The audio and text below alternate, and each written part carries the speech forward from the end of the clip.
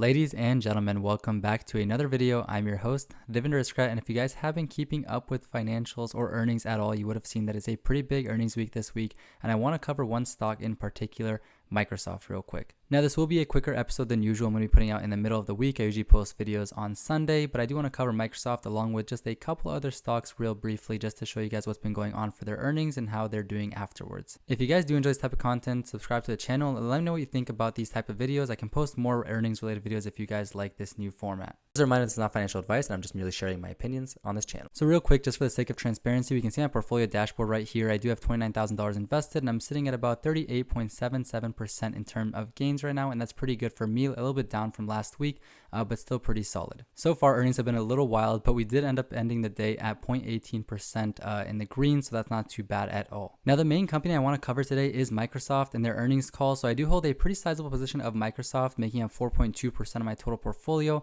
and I also have a lot of Microsoft within my VOO holding. It makes up about 6 or 7% of the ETF at the moment. Also, this morning, PayPal did release earnings, and I own a pretty sizable position of that as well at 2.4% of my portfolio, and it actually performed very well, much better than investors expected. So, of course, there is still a long ways to go for PayPal's recovery, but so far, it's not too bad at all. So taking a look at PayPal, we can see that it's up 9% on the day, which is fantastic. Investors were very excited about this earnings call. It was better than anticipated, but I guess I wouldn't say it was terrific.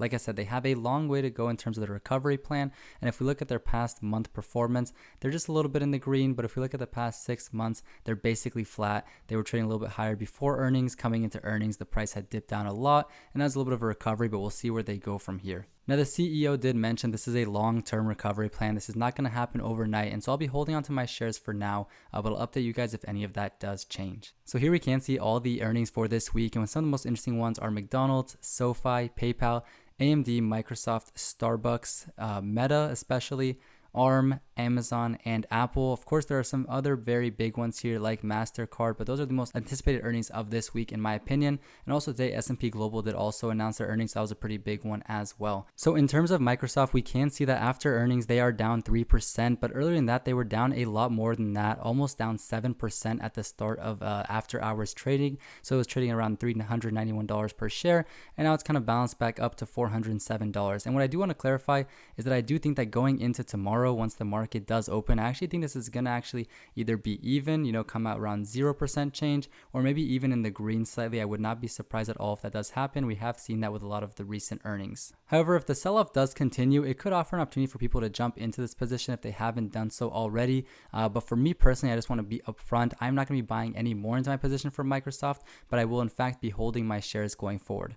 Now, if the price does dip significantly or does dip a lot more than this, I will definitely take that opportunity to add into my shares of Microsoft. But for the time being, a 3% discount is just not quite enough for me to add more shares into my position. I still think the valuation is very rich. So to get a better idea of why they are selling off right now, Microsoft did report better than expected earnings and revenue for the fourth quarter, which is great, but the stock did drop regardless because of disappointing Azure revenue. Now, the main thing I see here is that total revenue did increase 15% from a year earlier, which is of course fantastic. So overall, I would say that in their earnings report, there was more good than bad, and even their bad was actually not that bad at all, which we will take a look at in just one second. But for earnings per share, they beat 295 versus 293 expected, and same thing for revenue, 64.73 billion versus 64.39 billion expected, which is fantastic. And for such a big company to be growing at 15% year over year, that's just very impressive, and not a lot of companies can manage that.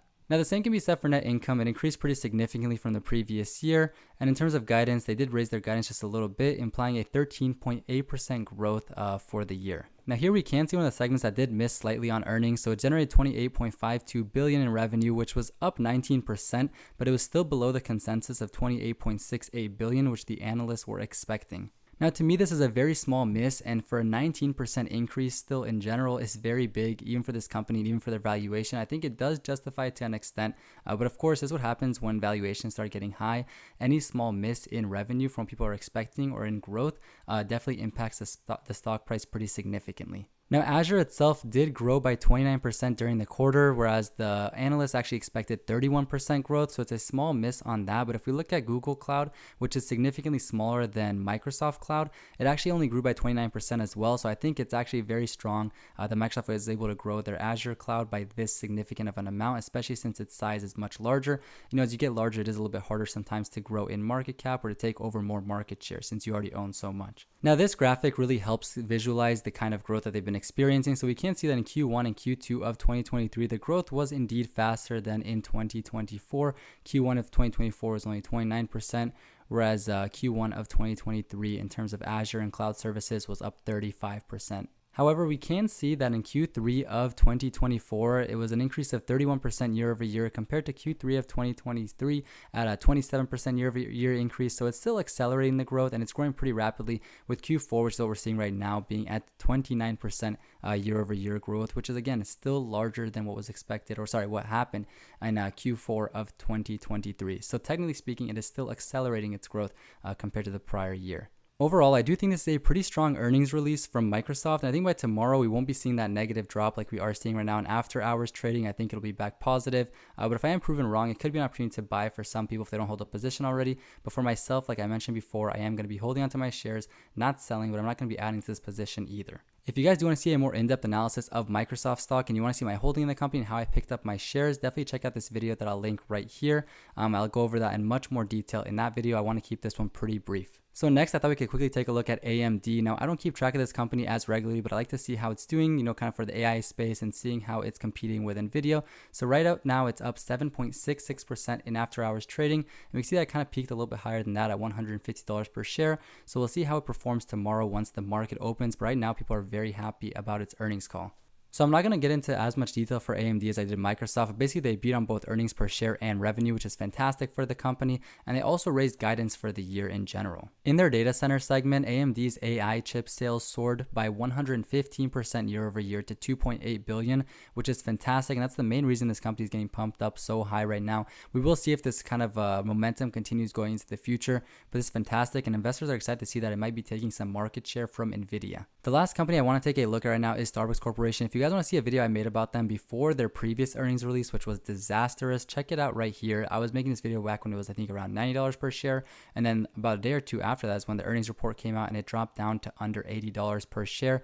But a lot of those points in that video are still very valid and still very good argument for Starbucks, whether or not to buy it. There's a lot of risk right now associated with this company. It has been taking for a while and earnings are just not growing as quickly as expected with lowered guidance, but it does have an opportunity to turn it around if they can start bringing back more customers and increasing their sales for the same store sales. Right now, after the earnings call, they're up 3.57%. Investors are pretty happy about that, but as we'll take a look at in a second, the earnings call itself is not that solid, and it's very similar to McDonald's in a lot of ways. So as you can see right here, Starbucks did miss on the revenue estimates, and their same store sales did decline for a second quarter in a row, which is what I expected. It's very hard to turn around such a company so quickly, especially when they weren't expecting such a drop in earnings and revenue last quarter. So the earnings did meet expectations, which is okay, but the revenue missed expectations once again. And in China, the same store sales dropped 14%, which is a pretty dramatic drop, especially for kind of an economy where they mentioned they'd have a lot of opportunity to grow in the next couple of years. Right now, it's just not looking so good for them. So the main reason the company is up after hours is because the results were not as bad as investors feared. Current stock price is based on future expected earnings. So even though a company might miss on earnings, it might not have missed by as much, which sounds kind of